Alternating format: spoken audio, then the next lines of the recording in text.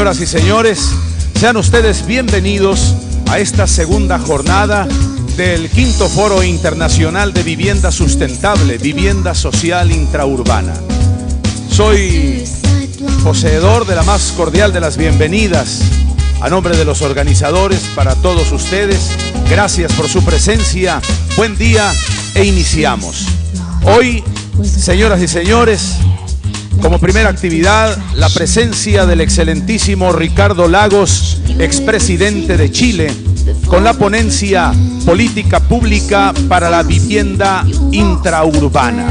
Antes de presentarse, antes de subir al podio, vamos a ver una brevísima semblanza de su interesante trayectoria.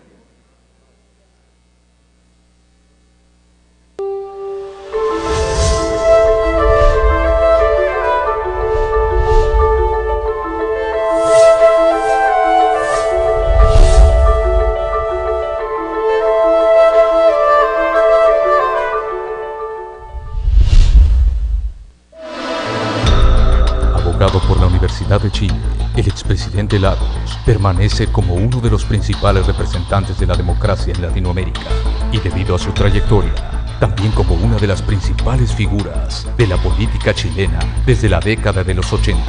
Como ministro de Obras Públicas de su país, impulsó diversos programas de concesiones viales con participación del sector privado, al igual que la liberación de recursos públicos para mejorar el sistema de agua potable en sectores rurales y la construcción de infraestructura para la integración regional. Como presidente de Chile, Ricardo Lagos generó programas de modernización de la infraestructura vial y tecnológica que condujeron, entre otros factores, al desarrollo de su país. Actualmente, Ricardo Lagos es presidente de la Fundación Democracia y Desarrollo, que tiene como objetivo promover el crecimiento económico sustentable con mayores niveles de igualdad y justicia social. Damas y caballeros, con ustedes, Ricardo Lagos.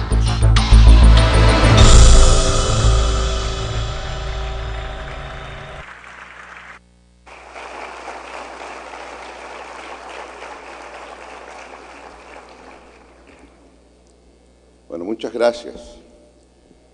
Quisiera en primer lugar agradecer la invitación que se me ha hecho a participar de este quinto evento.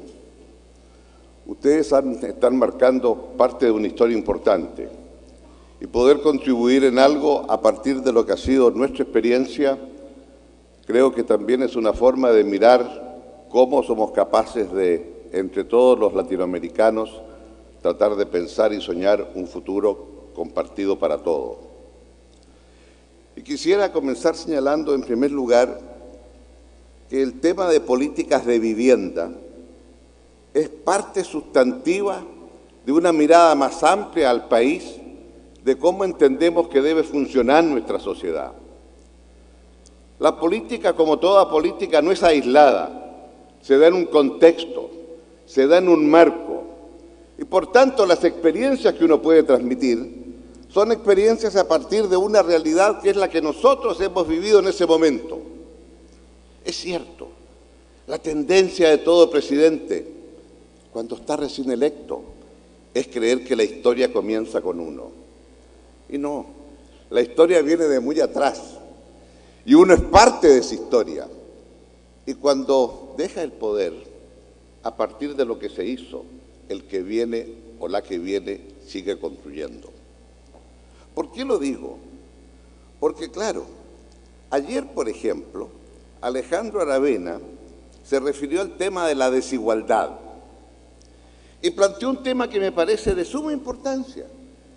No solamente la desigualdad la medimos en función de distribución de ingresos, también la medimos en desigualdad a nivel territorial.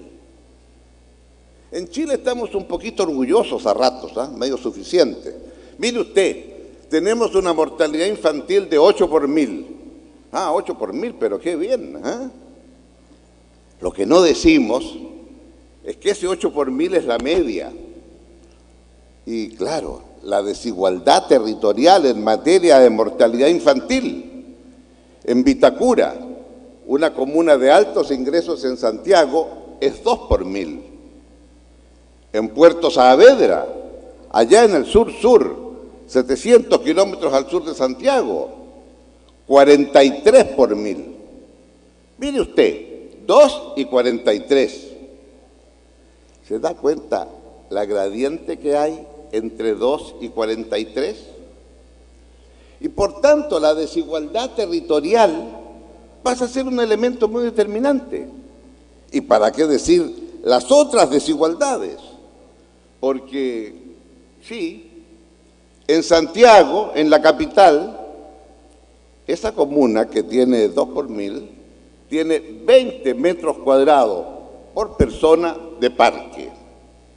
La Organización Mundial de la Salud normalmente dice que tienen que ser 10 los metros cuadrados de parque para tener un sistema adecuado de vida. Pero hay otra comuna en Santiago que en lugar de 20 tiene solo 2 metros cuadrados de parque. Entonces entre comunas en una misma ciudad también el territorio tiene desigualdades muy fuertes. Podemos plantear en el largo plazo, decir, mire, quiero que en mi país cada comuna tenga lo menos 5 metros cuadrados, 8 metros, 10 metros. Es decir, podemos fijar planteamientos de una igualdad a nivel de territorio.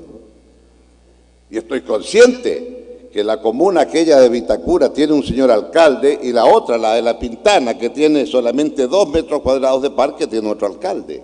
Y ambos quieren lo mejor para su comuna. ¿Cómo involucramos a los gobiernos regionales o comunales? Menuda tarea, porque hablábamos con el subsecretario y le decía, mire usted, cuando los fondos los pone el gobierno central y la idea de los gastos de la comuna, eso no va a cuadrar. Porque usted me pone la plata y yo tengo las ideas de cómo gastarla. Se los dice alguien que fue ministro de 2 carteras, de Educación y Obras Públicas. Y en ambas carteras yo siempre dije, hay ministros de 2 clases, los que juntan la plata y los que la gastan. Yo estuve entre los que la gastamos. Y en consecuencia entiendo perfectamente lo que significa aquello. Volviendo al tema de la desigualdad, es este el tema. No necesito decir que hay una desigualdad. ¿Cuántos policías hay en las comunas con mayores ingresos y cuántos policías en las de menores ingresos?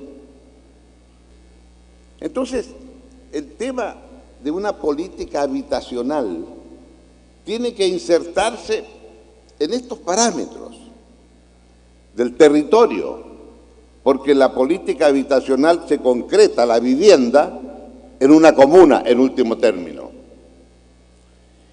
Y segundo, yo diría, esa política de vivienda tiene que ver también con las características del país como tal.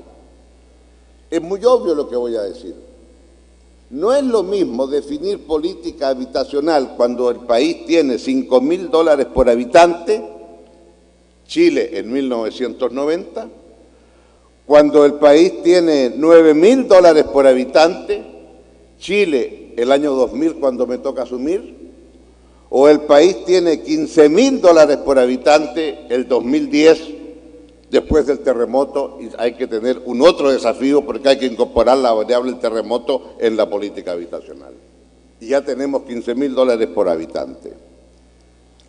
Dicho esto, quisiera así también señalar el que, del punto de vista de lo que queremos hablar, es importante una mirada retrospectiva, que es una mirada que yo diría muchos de nuestros países han tenido. Es la mirada del Chile de mediados del siglo XX, en donde el proceso de urbanización se acelera y la migración campo-ciudad es la característica de todos nuestros países. Chile, por cierto que sí, es nuestra característica. Y empieza a surgir en nuestras ciudades un otro actor social. ¿Por qué? Porque el migrante no tiene dónde llegar.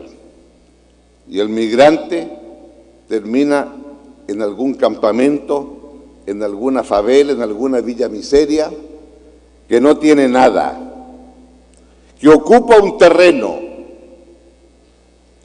Y por lo tanto, estos pobladores nuevos característicos de América Latina en la mitad del siglo XX, es un actor que no es el actor clásico, el trabajador, el obrero que tiene un sindicato como ente colectivo. Aquí aquel que esté en el campamento lo que tiene como ente colectivo es la junta de vecinos entre ellos. ¿Cómo se le trata a él? Y por cierto, es la época de las tomas. Este sitio Horacio, y llegan ahí las tomas a mediados del siglo pasado en Chile, se levanta la bandera y se hacen casas de cartón, de madera, de lo que sea, sin nada. Es a partir de la década de los 50 y es en la década de los 60 que en Chile se crea el Ministerio de Vivienda y Urbanismo. Y fue a partir, siempre Chile, en verdad, después de los terremotos hace nuevas tareas. La primera ley de habitaciones obreras de 1906 se hace después del gran terremoto de Valparaíso de 1906. En 1960, en el terremoto que, de acuerdo a las gradas Richter, sería el más grande que ha tenido la humanidad, el gobierno de Jorge Alessandri estableció el decreto con fuerza de ley número 2 para construir habitaciones fundamentalmente pensando en sectores medios. Y es en el gobierno de Frei Montalva, el 65, se crea el Ministerio de Vivienda y Urbanismo, y en donde por primera vez aparece vinculado el tema de la vivienda con el urbanismo, por simple que sea. ¿Y después qué tenemos? Después tenemos la intensificación del rol de los pobladores a través de programas especiales y la posibilidad de cómo abordar el tema de vivienda en esos mundos. Para tener una idea de qué estoy hablando, hubo un gobernador en Santiago, intendente se llama ya, que se hizo popular porque en estos campamentos lo único que instalaba era un pilón de agua potable para compartir entre 20, 30 o 50 familias. Ese era el gran aporte a la sanidad, agua potable en un pilón. De eso estamos hablando. Y por lo tanto, cuando se comienza a abordar el tema de cómo se trabaja con los campamentos, es un tema de una magnitud enorme y con un ingreso por habitante bajísimo. Vienen las tomas, los conflictos, los enfrentamientos, y luego entonces viene el periodo del presidente Allende, donde se intentan coordinar con los distintos sectores de pobladores, y luego la dictadura de Pinochet. Brevemente, a nivel de la década de los 80, vuelven, a pesar del temor que había en la dictadura, vuelven las tomas de terreno. Y aquí entonces comienza un periodo interesante en el sentido que por primera vez se plantea algo hay que hacer, porque antes lo que había era a lo sumo una caseta sanitaria y punto. Y en este algo hay que hacer, ideología neoliberal mediante, por primera vez subsidio a la demanda.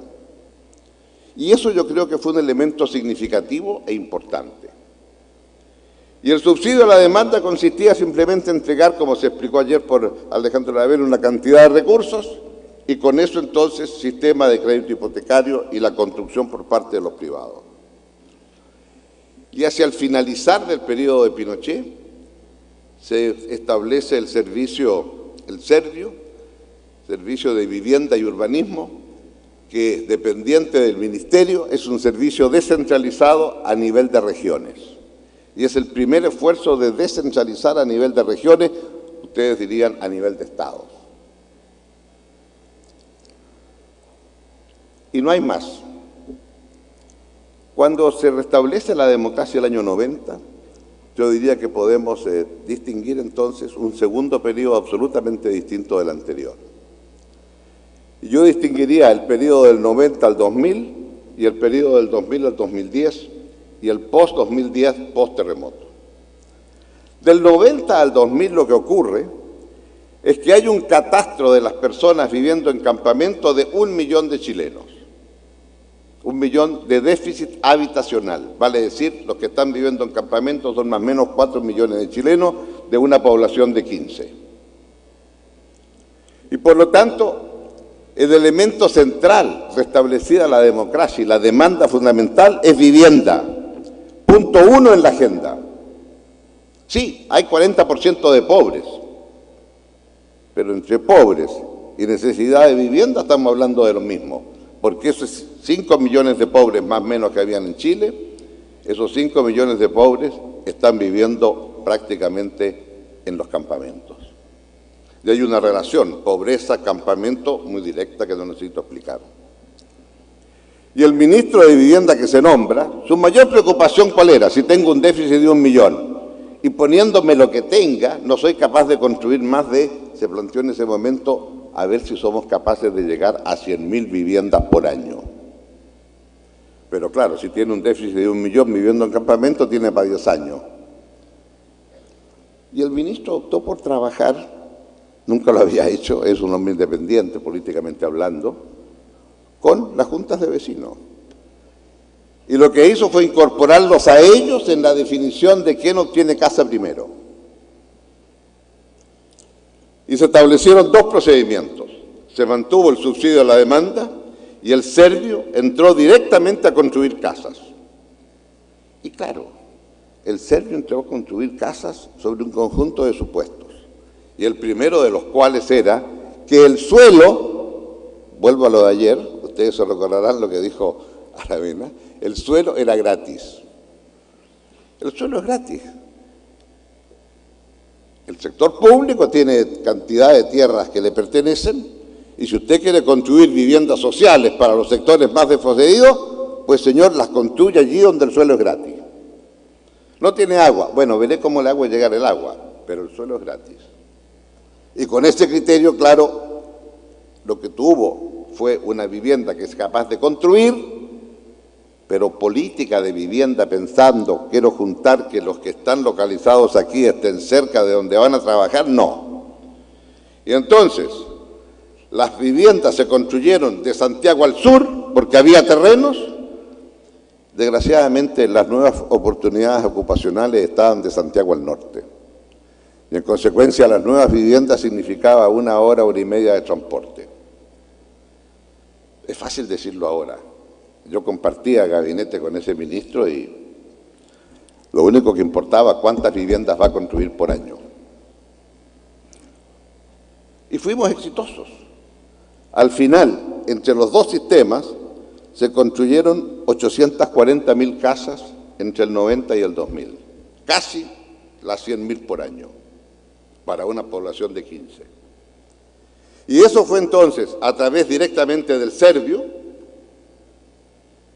y el subsidio, y más o menos estamos hablando de 300.000 casas directamente por el Servio y 600.000, 550.000 por los subsidios.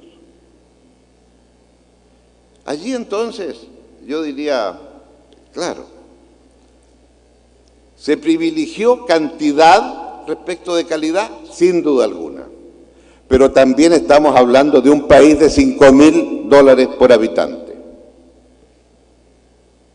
Entonces usted tiene claro, con 5.000, mi problema es hartas casas, no me importa dónde, porque tengo una expectativa y una exigencia tremenda. Y Echegaray, ¿qué es lo que hizo el ministro? Planteó, cada vez que se le llegaban encima las demandas, le decía, ¿están organizados? ¿Tienen una junta de vecinos en su campamento? Elijan. Y ustedes también van a postular colectivamente y ustedes tienen derecho, si están organizados, a mirar cómo se asignan las casas. Y transparentemos. Fue una forma. El único problema, yo diría, es que se hizo una focalización respecto de los que tenían menores ingresos, pero la postulación era de carácter grupal, por campamento. Se le estableció acceso a la información a los postulantes, se establecieron nuevos indicadores de la necesidad habitacional, de dónde, cuáles son los criterios que vamos a aplicar porque este grupo va a tener la casa antes que este otro grupo. Y eso transparentarlo, explicarlo. Modestos serán los pobladores, pero entiendan cuando se les explica y se les toma en cuenta. Si no, es muy difícil llegar a ellos. Y la transparencia del proceso era fundamental. ¿Por qué a estos y no a nosotros? Venga acá, le vamos a explicar. Estos tienen estas características, 1, 2, 3, 4. Este elemento era muy fundamental. En definitiva, había un pueblo en Chile viviendo en campamentos altamente movilizado y altamente exigente. Dicho esto, digamos también entonces las deficiencias que después de 10 años empezamos a notar. Alta morosidad. Alta morosidad, porque en verdad, si usted pertenece a los estratos más bajos, después usted descubre que cuando hace sistemas hipotecarios y todo esto, es para trabajadores del sector formal de la economía, no del informal, no de aquel que tiene rentas y el próximo mes no tiene ninguna. Segundo, los estándares que se construían las casas dejaron mucho que desear. Y hubo una población que se inundó con motivo de unos temporales un poquito más allá de lo normal, y las paredes terminaron porosas y las casas llenas de agua.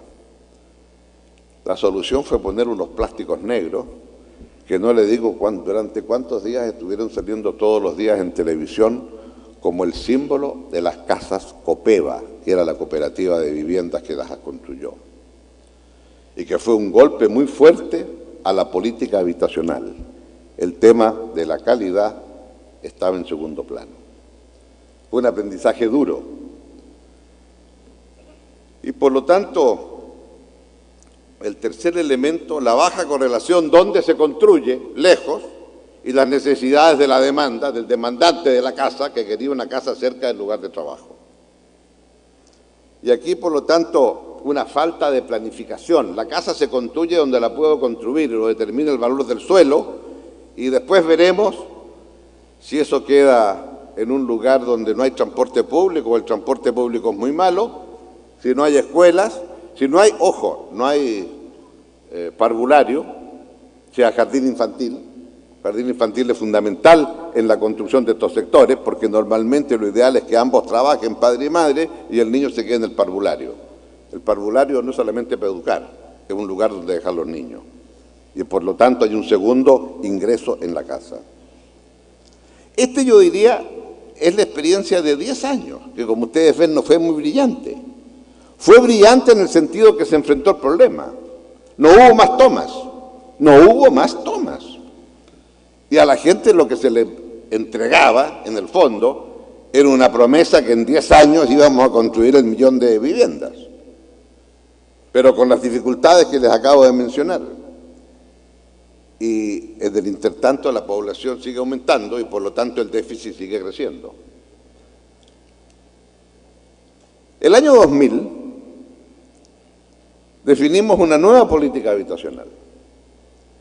Pero claro, la construyo gracias a que mis antecesores, Elwin y Frey, habían hecho 850.000 casas, con todos los defectos que tienen, que les acabo de decir, pero en donde ya la gente al menos veía casas, si bien muchas de ellas se llovían. Y entonces, estamos hablando también de un país que ya no son $5.000 por habitante, son $9.000 por habitante. Y por lo tanto, los ingresos fiscales son... Hubo una pequeña reforma tributaria en los inicios de Elwin, pero los ingresos fiscales sobre el Producto Interno Bruto son más o menos parecidos. Lo que pasa es que el Producto Interno Bruto ha crecido. Y por lo tanto, cuando uno dice, mire lo que yo hice, ¿cuál es la gracia de lo que usted hizo? Si tenía, en vez de 5, $9.000 por habitante, y tenía la experiencia de que se habían entregado 850.000 casas con las deficiencias que les acabo de decir.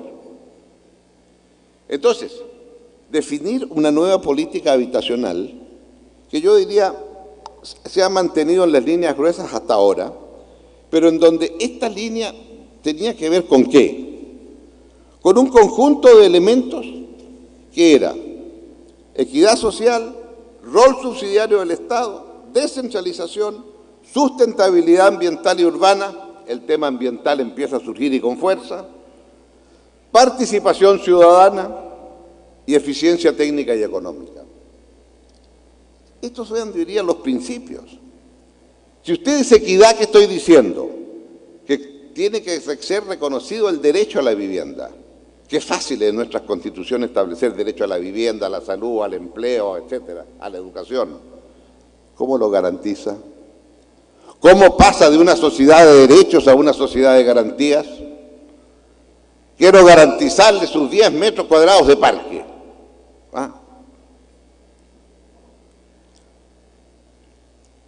Segundo, si estamos hablando de equidad, ¿cómo hacemos para superar pobreza y cómo generamos nuevas oportunidades? Y el tema de generar pobreza, ¿por qué lo digo? Porque, ojo, entre el año 90 y el 2000, ese 40% de pobres, Chile creció bastante y se redujo a 22%. Problema, la caída de 40 a 22 fue entre el 90 y el 96. Y a partir del 96-97 nos quedamos pegados y no fuimos capaces de bajar pobreza. Está bien que hubo la crisis asiática el 98, pero no fuimos capaces. Y por tanto, cuando llegamos al 2000, dijimos algo muy simple. Las medidas para focalizar y reducir pobreza que hemos aplicado hasta ahora han funcionado. Pero porque ahora estamos con un 22% que es pobreza más dura, o cambiamos las políticas o no vamos a seguir bajando. ¿Qué quiere decir cambiamos las políticas? Que muchas veces aquel que es destinatario de las políticas no tiene idea. Fui ministro de Educación, como les dije. Llegué a una localidad y para mi sorpresa no habían varones en una sala de clase. Eran solo mujeres. ¿Qué pasó aquí? Que los niños, estamos hablando de una localidad pesquera, a los 15 años van todos a pescar con sus padres. Llego a otra escuela, no hay mujeres. ¿Qué pasó aquí? Es que van con sus madres porque son temporeras, marzo, abril, mayo, la época de la recolección de fruta en el hemisferio sur, y por lo tanto están todas ahí con la madre trabajando. Entonces establecí una beca, nombre ampuloso para la cantidad de dinero que era de este porte, para que el muchacho se mantuviera en la escuela. Se le pagaba a la familia, al padre o madre, en tanto siguiera estudiando. Es decir, definimos quiénes eran candidatos a deserción y era más barato pagarle una modesta cantidad, y ese fue el origen de la ayuda condicionada que se llamó después, etc. La bolsa escola que comenzó a aplicar Cardoso el año 93-94, fue cuando Paulo Renato de Sousa, ministro de Educación, supo de esto y lo introdujo en Brasil. ¿Por qué digo esto?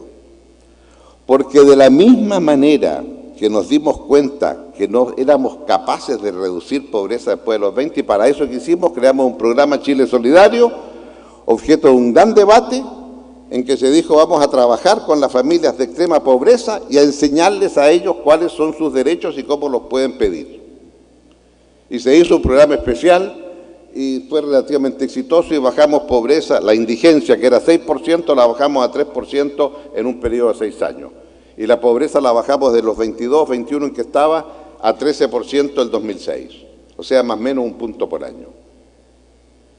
Pero junto con esa pobreza nos dimos cuenta que había un 20%, el quintil más bajo de la población, que nunca iba a tener vivienda porque nunca iba a ser sujeto de crédito. Y eso es lo que explicó ayer Alejandro Aravena, y como le dijo hoy día en la mañana, dio tan buenas razones teóricas de por qué había que hacerlo, que yo no tenía idea de tan buenas razones teóricas, que le dije que en adelante iba a decir que yo había tenido esas brillantes ideas teóricas. Pero las razones teóricas que explicó ayer yo no las vi así. Lo que vi fue algo muy simple. Un 20% que no van a ser sujetos de crédito. No estoy en condiciones de hacer casas como se hacían hasta ese momento de 70, 80 metros cuadrados. Y sí podemos hacer casas de 40. Y las casas de 40 entonces van a tener lo que llaman el sector húmedo completo, sector húmedo, el baño y la cocina, o sea, el agua. ¿Ya? Y póngale después un par de piececitas más, que una se llamará living, nuestro dormitorio, y el resto eso sí era muy importante, esas viviendas se entregaban plano en mano con la autorización de poder ampliarla. Hubo un debate interesante en el gobierno. Un distinguido parlamentario que yo aprecio mucho por su inteligencia y capacidad me fue a ver. Me dijo: presidente, no haga tal. Esas van a ser conocidas como las casas lagos. Este va a ser el fin de su administración. Las casas lagos nadie las va a querer. ¿Quién quiere vivir en 36 metros cuadrados? Después ampliamos a 40. Dudamos mucho. Dudamos mucho. Y decidimos embarcarnos en esto. Con un nombre que no se los digo, del programa, ¿no? Nos faltó imaginación. Vivienda social, dinámica, sin deuda. Dinámica porque crecía y sin deuda porque no se pagaban los dividendos.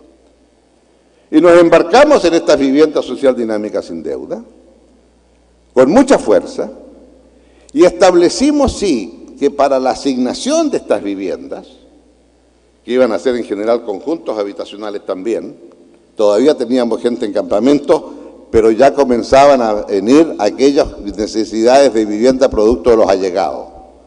Porque seamos claros, cuando usted tiene campamento, primero tiene que erradicar campamento.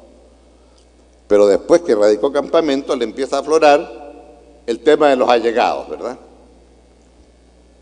O como alguien me dijo una vez a mí, uno de mis hijos, no me dijo: yo soy partidario de la política, vive con tus padres hasta que tus hijos te mantengan. Bueno, no me parece una política sana en todo caso, pero lo que sí quiero decir es que la forma de poder abordar esto implicó entonces en que en el proceso de las asignaciones de quienes tenían derecho a postular, los municipios podían también decir su palabra. Y la incorporación entonces de los municipios fue importante en el proceso de ellos también ayudar, uno, a encontrar terrenos y dos, a colocar algún mínimo de recursos como un incentivo para aprobar esa construcción de viviendas sin deuda en ese municipio y no en este otro. No son grandes cantidades, pero si lo único que usted exige como ahorro previo a la persona que va a tener casa son el equivalente en pesos a $300 y va a entregar una vivienda de unos 7.000, algo puede aportar el municipio de alguna manera. Y en consecuencia a los municipios también se les hizo participar. Y se estableció un fondo común de vivienda que establecimos allí, y gracias a esto fue posible avanzar con mayor rapidez. Y en este sentido, claro, cuando hablo de descentralización, estoy hablando de cómo incorporo una gestión local en parte de estas tareas. El tema ahora de la participación ciudadana tenía que ver fundamentalmente en cómo ellos también van a entrar a definir parte de estas viviendas. Algo de lo que se explicó ayer, no en la condición tan peculiar en que fue la explicación de ayer, pero sí la necesidad que participaran directamente. En suma, yo diría que el tema de la vivienda social dinámica sin deuda fue tal vez el sello que marcó la gestión que tuvimos desde el punto de vista de la construcción de viviendas. Siendo esto política, yo diría, bastante exitosa, en términos que todo el mundo al final quería la vivienda sin deuda. Y a medida que fuimos progresando, pasamos de 36 a 40 metros, los planos fueron características bastante más acotados y definidos de cómo había que ampliar, y en donde la filosofía era extraordinariamente simple. Ese 20% era el trabajador típico del sector informal urbano, del sector informal que tiene pololos, pequeños trabajos, digamos, pero que no tiene una renta permanente como para llevarle al banco y decirle: présteme tanto dinero porque mi renta mensual es 100 y usted me puede dar un crédito para yo pagar 20 o 30. Y por lo tanto, la idea era que se expande la vivienda cuando tienen mayores ingresos. Y en verdad el tema resultó exitoso. Por lo tanto, al final se podría decir que esa persona estaba pagando, según ellos, la mitad de la vivienda. La verdad es que el costo era la parte urbana, la parte húmeda de la casa. Junto con esta vivienda, lo que se creó allí fue el Fondo Solidario de Vivienda, que reemplazó todos los recursos anteriores que se entregaban. Y en este Fondo Solidario reconocimos por primera vez la dificultad del suelo y se estableció que con cargo a este Fondo Solidario se podía dar un subsidio para compra de terrenos siempre que fuera para proyectos colectivos. Vale decir, reconocer de que a medida que la ciudad, y la gran ciudad especialmente, se va expandiendo, el terreno deja de ser gratis. Y la posibilidad entonces de subsidiar compras grandes de terreno. Y también con cargo a esto la posibilidad de subsidiar la extensión de agua potable y red eléctrica para no caer que esto tuviera que ser pagado directamente por los usuarios. Dicho lo anterior, este fondo solidario empezamos a descubrir podía también servir para otras tareas vinculadas a la vivienda, pero que eran proyectos distintos a la vivienda clásica. Y algo muy importante fue el subsidio para la rehabilitación de patrimonio social. ¿Qué queríamos decir con esto? ¿Cómo aprovechamos de densificar la ciudad? El casco antiguo, normalmente viviendas viejas, la gran mansión de ayer convertida ahora en una casa que se vino abajo y que se arrienda por piezas. ¿Y cómo entonces damos un subsidio para que en lugar de esa casa se construya un edificio de departamento y se aprovecha, se densifica y se aprovechan los servicios que ya hay? Porque ahí sí usted tiene agua, tiene alcantarillado y tiene electricidad.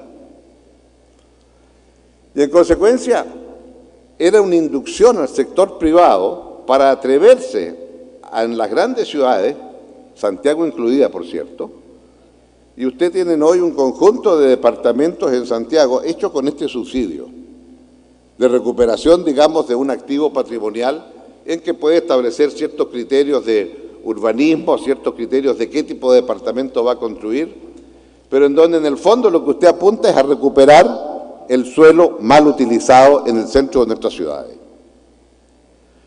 Este subsidio de rehabilitación patrimonial fue también vinculado a un programa habitacional que llamamos de integración social. Santiago y otras ciudades importantes de Chile son ciudades altamente segregadas, sectores de altos ingresos, medianos ingresos, bajos ingresos. Esta segregación lo acentuó el régimen de Pinochet. Y hubo poblaciones que estaban en sectores altos, donde viven los altos ingresos en Santiago, en que se trasladaron todos, manu militari, al sector sur de Santiago, que ellos decidieron llamarse Campamento Raúl Silva Enríquez en homenaje al cardenal que los apoyó en ese momento tan difícil para ellos, como fue este traslado forzado. ¿Por qué hablo el tema de la segregación? Porque es difícil. Hay comunas en donde aquellos que viven en las comunas no se atreven a decir, ¿dónde vive usted? En tal parte. No lo contratan. Famosa la comuna porque mucho drogadicto y mucho robo. Entonces, me tocó estar presente en una actividad como presidente. Usted ve, va a entregar nueva vivienda. ¿Qué más se quiere un presidente que andar entregando vivienda? Puro aplauso. El único problema es que llegué a entregar vivienda y hubo pura pifia. Empiezo a preguntar. Esa es la ventaja de los presidentes. Siempre miran para atrás y hay un ministro que responde. Y los expresidentes miramos para atrás y no hay nada. Pero lo que quiero decirles es que miro atrás y el ministro me dice, lo que pasa, me dice, que este gran paño, los que necesitaban en este sector de Santiago, un sector de las afueras de Santiago, semirural, digamos, mucho campesino, Los que necesitaban vivienda, este paño les quedaba grande. Y este paño es gratuito, terreno fiscal. Entonces, como aquí cabían 100 familias, o 150 creo que era, y solo 50 eran los que necesitaban en esa comuna, trajimos de otra comuna de Santiago gente que estuvo dispuesta a irse más lejos con tal de tener la casa. Epílogo. Pifiaron los 50 de ahí porque no querían mezclarse con los que venían de Santiago. Conjunto de ladrones, drogadictos. Mira la gente que usted nos trae, presidente. Y nosotros aquí somos gente de paz, de tranquilidad, estamos acostumbrados a la vida idílica, un poquito alejados del centro de Santiago. Y los otros 100 que venían de Santiago ahí estaban molestos porque habían descubierto, claro, que ahora te tomaba como una hora más llegar al trabajo. En consecuencia hubo unanimidad en materia de pifias para la entrega de casa. Pero eso le plantea un tema complejo. Gente muy modesta toda. Problema de clasificar económicamente por ingresos y no por las condiciones sociales. Pero ¿cómo usted hace un cierto grado de integración? Y por lo tanto, nos costó aprender el que no era llegar y trasladar, sino había una cierta explicación. Y lo más importante que comenzamos a hacer eran muy pocos, no más de un 20% de campamentos que eran salvables. Esto es, campamentos que eran muy antiguos, que el resultado de la antigüedad ya había de una generación que se le había pasado a sus hijos, sin papel ninguno, pero que ya eran casas que tenían un nivel de construcción sólida, y lo que había que ver era si a ese campamento, en esas condiciones, usted le podía colocar el agua potable, más importante y difícil, el alcantarillado, y los sistemas eléctricos, porque esos campamentos estaban todos colgados. Lo cual es difícil, ¿eh? Pasar de estar colgado que le pongan un medidor y pagar la cuenta de la luz. Pero si usted quería esos campamentos poderlos convertir en una población habitable acorde a lo que entendemos hoy día, implicaba entonces invertir mucho. Y normalmente, por eso tuvimos que cambiar las políticas, y por eso fue importante este Fondo Solidario de Vivienda, porque normalmente esos recursos iban para el campamento más que para cada casa en particular. Implicaba un cambio. Si ahí hay 100 familias que ya pasaron de padres a hijos y que tienen casas relativamente, y que no las quieren abandonar sus casas, ellos consideran que son sus casas. Muchas de esas casas ya pasaron, como decían ayer, del piso de tierra al piso de cemento, y después del piso de cemento a ponerle una moqueta arriba. Entonces, ¿cuánto de nuestros campamentos o villas miserias usted las puede transformar? En nuestro caso fue, no sé si fue un 18 o 20% máximo, pero donde era posible. Lo demás, tiene usted que moverlo. Digamos también que con este sistema entonces del Fondo Solidario de Vivienda, pudimos financiar vivienda nueva en sitio nuevo. Pudimos entrar a financiar viviendas usadas que podían comprarse con este fondo. Vale decir, era posible tener un ascenso. Entrego la casa que tengo, la vendo y accedo a una mejor usada. Tercero, el tema de deterioro de los sectores antiguos a los cuales me he referido. Y finalmente la posibilidad de construir en sitio del cual se es propietario. Y esto se aplicaba fundamentalmente para la vivienda rural. Con lo cual, para poder desarrollar esta última actividad, normalmente era necesario entregar primero títulos de dominio.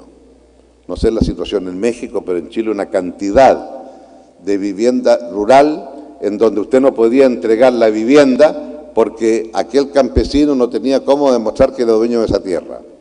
Y por lo tanto, hubo que hacer todo un programa de reconocimiento y validación de títulos para la inscripción a nombre de ese campesino.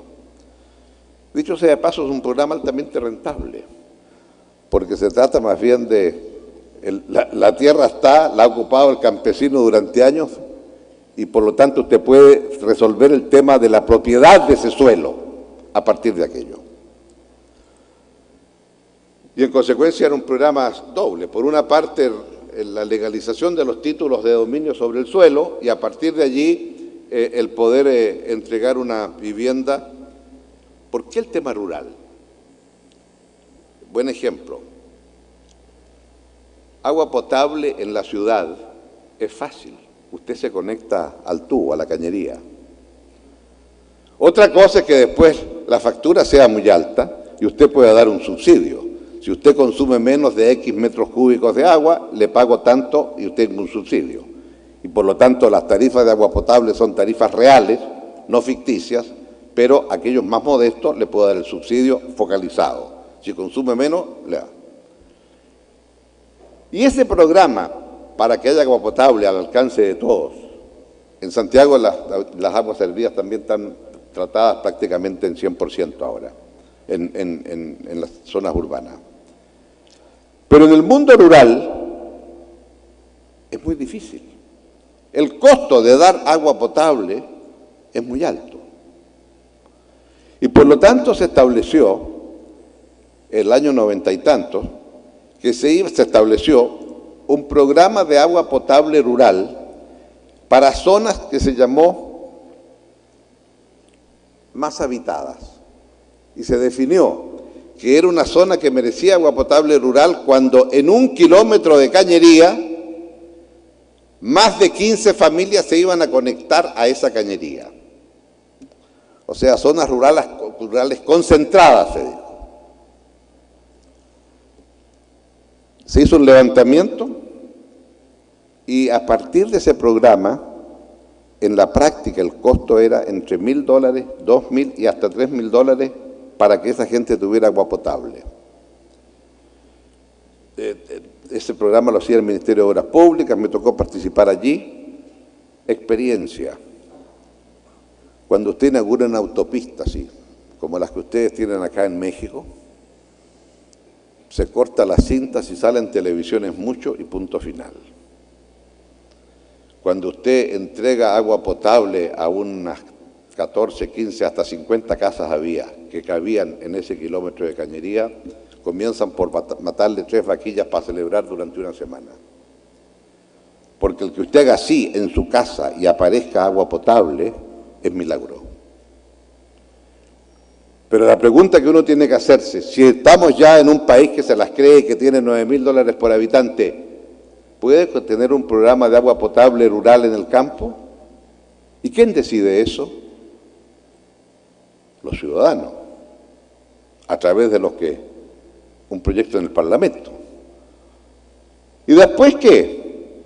Ojo, cuando se estableció este programa de agua potable rural, la inmensa mayoría de los comités de agua potable, ¿quién los dirigía? Una mujer. Es la mujer la que echa de menos el agua, porque en el campo es la mujer la que tiene que ir a buscar el agua donde quiera que esté, la artesa y empezar a lavar. Entonces hubo 2 programas de electrificación rural que implicaba un subsidio y este otro.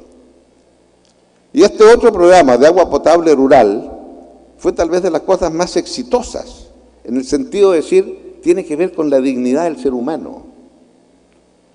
Y ese programa, el mismo comité pro agua potable de esa localidad, y empezaba entonces a ir al alcalde, donde el gobernador, al gobierno central, y qué pasa con este programa, qué sé yo, etcétera.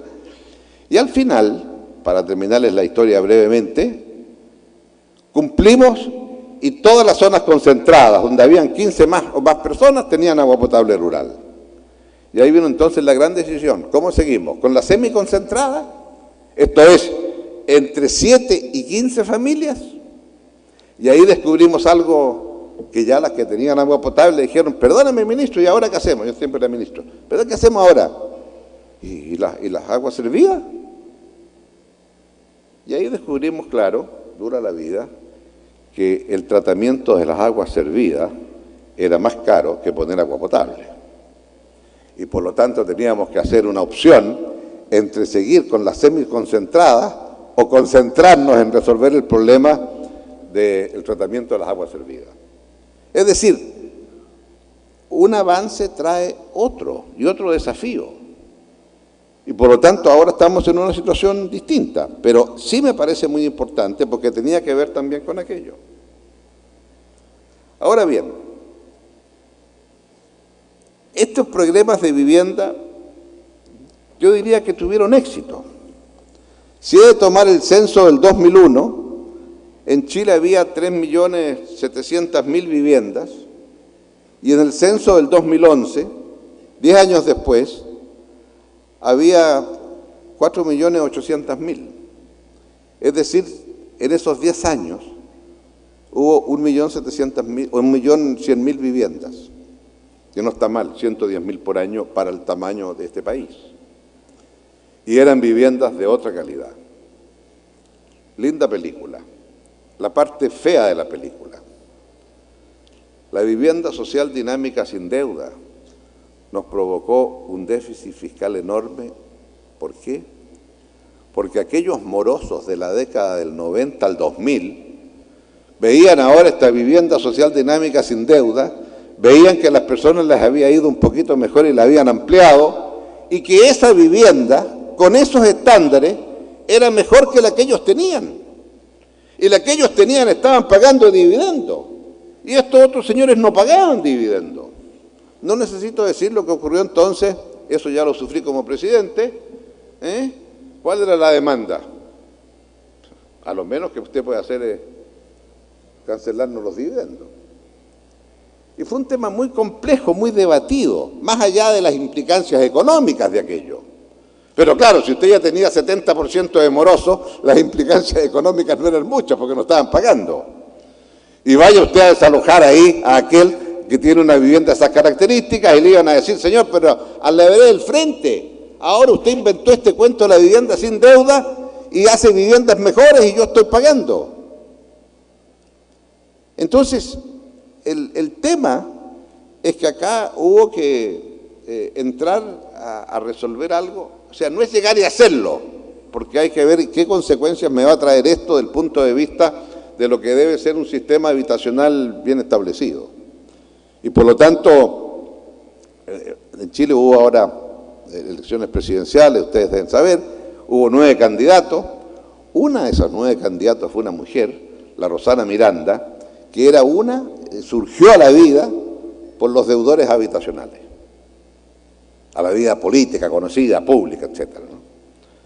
Bien, este tema creo que es muy importante y al mismo tiempo hicimos otro conjunto de áreas que tienen que ver con el tema de la vivienda, que estaban relacionados con ello. En primer lugar, el tema de los pavimentos participativos al cual me referí. Porque el pavimento participativo, ¿qué quería decir? El grueso de las viviendas, no necesito decirlo, estaban, qué decir, los campamentos, ¿verdad? Eso no existía. Pero el grueso de estas viviendas estaban sin asfalto. Y era puro polvo en verano y pura lluvia en invierno. En aquellos tiempos llovía en Chile, ahora llueve muy poco. Pero este tema, hoy prácticamente no hay casas que no tengan pavimento. Y el pavimento participativo fue muy importante. Cuando usted tiene que hacer una autopista que cuesta entre 1 y 2 millones de dólares el kilómetro, y cuando tiene que hacer un pavimento que es asfaltar la calle que está frente a la casa, si le cuesta 3.000, 4.000 dólares el kilómetro es mucha plata. Y por lo tanto, usted puede decirle al municipio, póngase. Y le puede decir a la junta de vecinos, póngase. Y ellos sienten que es parte de eso. Y el programa de pavimentos participativos después lo hicimos en escala rural y también fue exitoso. Segundo, como resultado del tema de la delincuencia y la inseguridad, se hicieron 2 programas que tienen que ver con el barrio. El plan cuadrante, que era un plan en donde se establecían cuáles son los sitios de los lugares de mayor peligrosidad en una ciudad y cómo usted establece un plan especial con la policía, con carabineros, más radiopatrullas, vigilancia, etcétera. Y el plan cuadrante, en consecuencia, era parte de esto, de introducir seguridad también en los barrios modestos. Y junto a este plan se estableció el plan Comuna Segura, en virtud del cual, no con fondos de vivienda, sino que con fondos del Ministerio del Interior, que tiene que ver con seguridad ciudadana, en los recintos, en los lugares, en las poblaciones, ¿cómo se hace, más allá de la escuela, más allá del centro de salud, más allá del parvulario, más allá de una casa social para recreación, cómo se hace un fondo concursable para tener una plaza, para tener un centro deportivo, para tener orquestas infantiles de niños, para tener, es decir, cualquier tipo de actividad recreativa que saca a la población de esa tarea? Y cómo usted en la tarea de seguridad ciudadana la introduce a los conjuntos habitacionales que va a construir. A Chile llegó una señora, una jueza de Brooklyn, y vivía en el Bronx. Cuando en Estados Unidos Giuliani estableció los jueces express y estableció que los jueces debían trabajar 24 horas. Y si a usted lo tomaban haciendo un acto delictivo a las 2 de la mañana, a las 4 de la mañana estaba frente al juez y el juez sentenciaba y fallaba ahí mismo. Listo, para adentro. Jueces express. Entonces se le invitó a Chile para que diera una conferencia de cómo lo habían hecho y la ventaja de los jueces express, jueces 24 horas, etcétera, etcétera. Y esta señora dio la conferencia, todo muy bien, muy brillante, etcétera. Y cuando terminó dijo, pero lo más importante no lo he dicho, es la participación de la gente. Entonces ella contó que en su barrio donde vivía en el Bronx, en su edificio de apartamento había una plazuela, placita bonita, qué sé yo. Y la placita fue tomada por los delincuentes y era tráfico de drogas todas las noches. Y la gente no se atrevió a ir a la plaza. Y esta jueza dijo que el mayor éxito que ella había tenido no era como jueza, sino que como dirigente vecinal, haciendo que los vecinos se organicen, porque vamos a recuperar el espacio público. Y les quiero decir que mucha vivienda social en Chile ha devenido en cárcel, porque si la calle es de los delincuentes, entonces no me queda otra que construir barrotes de fierro para guarecerme. Y aquí entonces el tema de la vivienda y cómo el conjunto se hace pensando que los espacios públicos son para los que allí viven y no para los delincuentes que ocupan el espacio público. Es fácil acá decirlo y hacer un discurso bonito, pero llevarlo a la realidad, y eso entonces cómo en el proceso de hacer este espacio público donde usted va a colocar la vivienda, así como le dicen ¿de dónde está la escuela? ¿O dónde está el parvulario? ¿O dónde está el centro de salud? Algunas incluso se hacen con un par de recintos para distintas denominaciones religiosas. Y por lo tanto, acá tenemos un tema muy significativo donde usted puede vincular lo que son los temas de seguridad ciudadana con los espacios públicos y los conjuntos habitacionales. Y finalmente yo quisiera decir, claro, introducimos dos elementos que no tenían que ver propiamente con la construcción, pero sí tenían. Para simplificar la construcción de viviendas se usaba todo, en general los mismos materiales de Arica a Punta Arenas. Y como ayer les explicaron, este país largo que se llama Chile, las malas lenguas, usted sabe lo que dicen de Chile, que las canchas de fútbol hay que hacerlas de sur a norte, porque de este a oeste no caben. Yo como presidente les puedo decir que eso es una falsedad. Podemos hacer canchas de fútbol para cualquier dirección. Ahora, dicho esto, es cierto, el desierto del norte o los hielos casi permanentes del sur no se condice con un tipo de edificación y materiales de edificación idénticos en el norte y en el sur. E introducimos en consecuencia, obvio dirán ustedes, la diferenciación arquitectónica y qué tipo de materiales va a usar.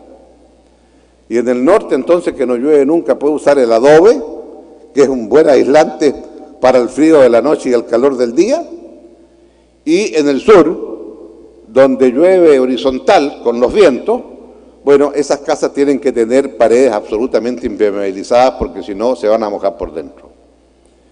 Y ese fue algo que costó un poco, lo quiero decir muy franco, porque las burocracias son complejas, difíciles, pero costó, Y ahora, en general, se toma en consideración aquello. Y segundo elemento, que lo hicimos y que ya en el gobierno de mi sucesora, la presidenta Bachelet, entre el 2006 y el 2010, la ministra de Vivienda introdujo, especialmente en el norte, los calefactores solares. Y aquí hay un tema que yo creo que para la vivienda social es fundamental. En el siglo XXI nos van a medir por la cantidad de gas carbónico que emitamos. Así como hoy en el mundo hay que tener un sistema democrático para que lo miren con cierto respeto, bueno, nos van a medir y cuánto emite. Usted muy orgulloso va a decir, mire, México al ritmo que va, en ¿cuántos años más? 5 años más, 8 años más, va a estar en $20.000 por habitante PPP. Bueno, lo va a decir muy orgulloso y le van a decir, ¿y cuánto emite por persona? Y aquí entonces la posibilidad de explorar que las viviendas sociales del futuro hay que incorporar algún tipo de energía renovable no convencional es muy importante. El costo es mínimo, es el equivalente a la zona húmeda de la vivienda. Pero con la caída que están teniendo el valor de las placas fotovoltaicas, entonces no hay ninguna razón para que en el futuro, dado las características que tiene el territorio mexicano, que usted no sea también, no haga un gran programa para democratizar la energía eléctrica. Yo quiero ser productor de energía durante el día, en tanto propietario de mi casa, y yo quiero ser consumidor de energía durante la noche. El costo, con la caída de los costos de las fotovoltaicas, es enorme. Una sola exigencia, difícil, ¿eh? En Chile todavía no lo logramos, difícil. ¿Qué es lo caro de la energía eléctrica? La batería, para acumular la energía eléctrica no convencional, las renovables no convencionales, la solar, la eólica, etcétera. Solo es cuestión que el mismo alambrito que le lleve electricidad a su casa, ese mismo alambrito usted lo use para cuando está produciendo la energía durante el día, la inyecte y la batería suya sea la red eléctrica que existe en México. Y esa red eléctrica entonces tiene que tener un modelo que diga algo muy simple. Toda vez que esté entrando energías renovables no convencionales, tienen prioridad de uso. Y la batería es la red. Y por lo tanto su único costo es la placa, no la batería. Y todos sabemos que lo más caro es la batería y el conversor. Y tiene entonces un pequeño medidor. ¿Cuánta energía eléctrica inyectó durante el día y cuánta energía eléctrica va a necesitar durante la noche? Aquí usted puede dar a través del ejemplo de demostración y decir las viviendas sociales que estamos entregando son viviendas siglo XXI, cero emisión. Y le ahorro de paso, ¿verdad?, la cuenta de la luz. ¿Por qué les digo que es difícil? ¿Sabe cómo se aprobó la ley en Chile? Net billing y no net metering. ¿Qué quiere decir net billing? Que a mí me van a comprar la energía eléctrica al valor nudo de una gran generadora en el sur con hídrica y me van a pagar con el valor spot de distribución. La verdad es que si yo entregué me deben cobrar algo por el peaje, pero nada más. Esto es difícil de conseguir, pero se puede. Yo espero que con la próxima administración en Chile lo podamos hacer. En suma, creo que el tener construcción de viviendas sociales en este sentido nos puede abrir terreno hacia adelante. ¿Y qué tenemos hacia adelante? Bueno, hacia adelante lo que tenemos es un tercer periodo que comienza el 2010, que es en el que estamos hoy, pero que es un tercer periodo que está fuertemente marcado por el terremoto del 2010, que fue un tremendo terremoto. Les mencioné el del año 60. El terremoto del año 60, las placas teutónicas, el choque de ellas una con otra fue de 50 kilómetros y por eso Valdivia fue el epicentro más grande de jamás terremoto en el mundo. En cambio, en este del 2010, el choque de las placas teutónicas fue de 350 kilómetros. Y por eso, prácticamente en Santiago hasta Concepción, tuvo una intensidad muy fuerte y similar. Y por lo tanto, el tsunami y todo aquello que ocurrió después, bueno, generó un nivel de destrucción. Habla bien del punto de vista de cada vez que hay terremotos se revisa la legislación y se hace más antisísmica. Pero dicho esto, yo diría que a partir de eso, hoy tenemos también un desafío distinto, porque ya estamos en un nivel de $15.000 por habitante. Y por lo tanto, el tipo de vivienda social que usted va a hacer hoy día, y ojo, y hoy día también usted tiene un país que si usted anda muy orgulloso por el mundo diciendo bajé la pobreza de 40 a 13, bueno, usted lo que tiene son sectores medios emergentes que tienen otras demandas. Y si usted me pregunta por qué tiene tantos estudiantes protestando en la calle, porque esos estudiantes son hijos de la democracia, esos estudiantes pertenecen a hogares que dejaron atrás la pobreza, tienen demandas propias de clase media y la demanda fundamental de la clase media de educación para sus hijos. Hoy, de 10 jóvenes en educación superior, 7 son primera generación en su familia. Es el único problema que tienen que pagar por ello. Y en consecuencia, el tema de cómo financia el sistema educacional está en el centro del problema, pero ahí estamos en otro problema. Vuelvo a la vivienda. La vivienda, en definitiva, es lo que va a hacer la diferencia. Y la vivienda social, a diferencia, usted puede usar mecanismos de mercado, que es muy importante, pero, y con esto quiero concluir, en definitiva, la vivienda social tiene que ver con el derecho del ser humano a tener un techo sobre el cual desarrollar su vida. Tiene que ver con la dignidad del ser humano. Y la vivienda entonces, y la calidad de la vivienda, pasa a ser lo que Norberto Bobbio dice, son bienes públicos. Bobbio tiene una frase muy bella que dice, en una democracia, todos tenemos que ser iguales en algo. ¿Y qué es ese algo? Ese algo es lo que define el ciudadano. ¿Queremos tener 4 años de educación obligatoria, como decíamos a comienzo del siglo XX? ¿Queremos tener una vivienda? ¿Queremos tener una salud? ¿Qué es lo que queremos? ¿Y cómo lo definimos? Y Bobbio dice, ese es lo que yo llamaría, dice, un mínimo civilizatorio. Ese mínimo civilizatorio lo definen ¿quiénes? Los ciudadanos, no los consumidores. Los consumidores definen muy bien lo que el mercado quiere, pero los consumidores somos distintos dependiendo del tamaño del bolsillo. Ciudadanos somos todos iguales. Y por lo tanto, cuando usted dice cuál es el mínimo civilizatorio, ese mínimo es un concepto dinámico, va creciendo a medida que crece un país. Y ese mínimo es lo que nos permite entonces tener un futuro promisorio hacia adelante. Una elección presidencial es un momento en donde el país tiene que mirar al futuro. No es un momento para mirar a lo que usted hizo hacia atrás. Sí, claro, si lo hizo mal lo van a castigar.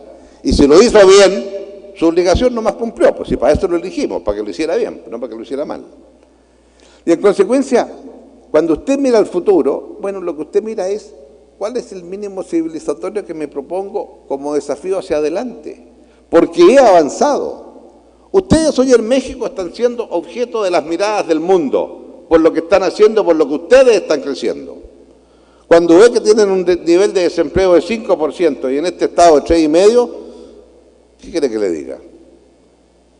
Y que las maquilas que se fueron están volviendo y que ahora los salarios en China son distintos y ahora entonces ustedes están produciendo los Volkswagen para el resto del mundo.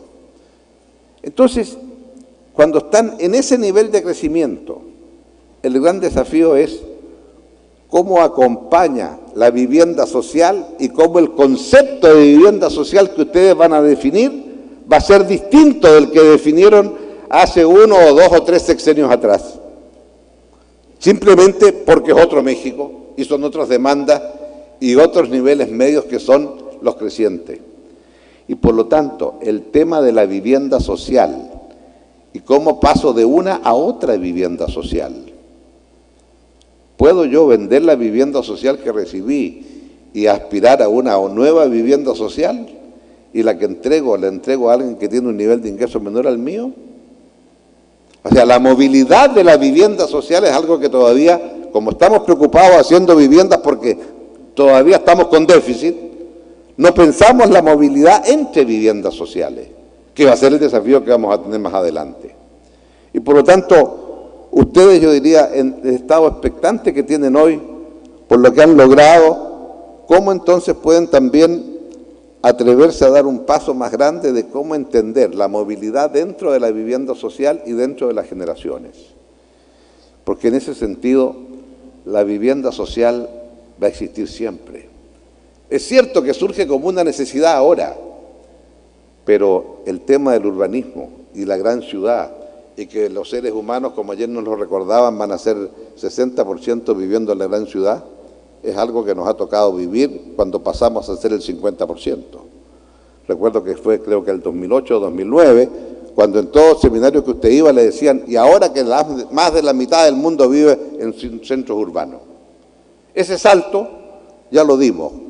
¿Cómo va a ser la vivienda en los próximos? En suma, lo que he tratado de comentarles son las experiencias que uno ha tenido de distintas formas. No son traspasables las experiencias. Cada país es distinto, pero ustedes han demostrado una capacidad a lo largo de los años de estar también en tantos temas a la frontera, y estoy seguro que van a estar también en la frontera en materia de urbanismo y vivienda social. Y les deseo el mejor de los éxitos. Y una buena demostración es este quinto foro, porque aquí hay el deseo de poder mirar con distintas aristas los que están en la tarea de ejecutar y los que están en la tarea de pensar. Última reflexión: no puede haber acción sin pensamiento, pero el pensamiento es esencial para la acción. Muchas gracias.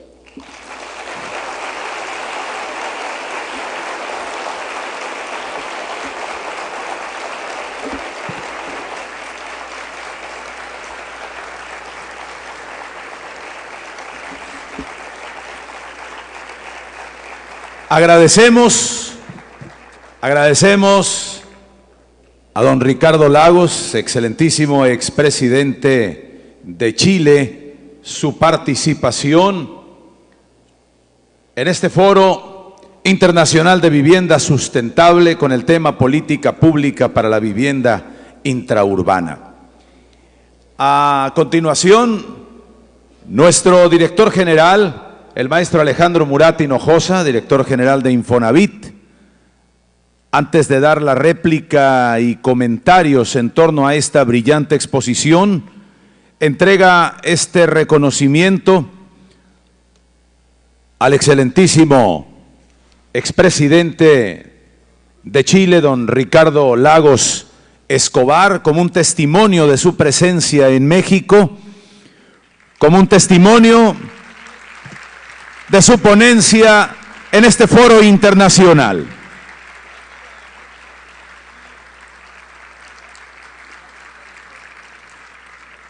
Ahí los profesionales de la lente, de fotografía y de video hacen su trabajo. Vamos a pedirle al maestro Alejandro Murat Hinojosa, presidente.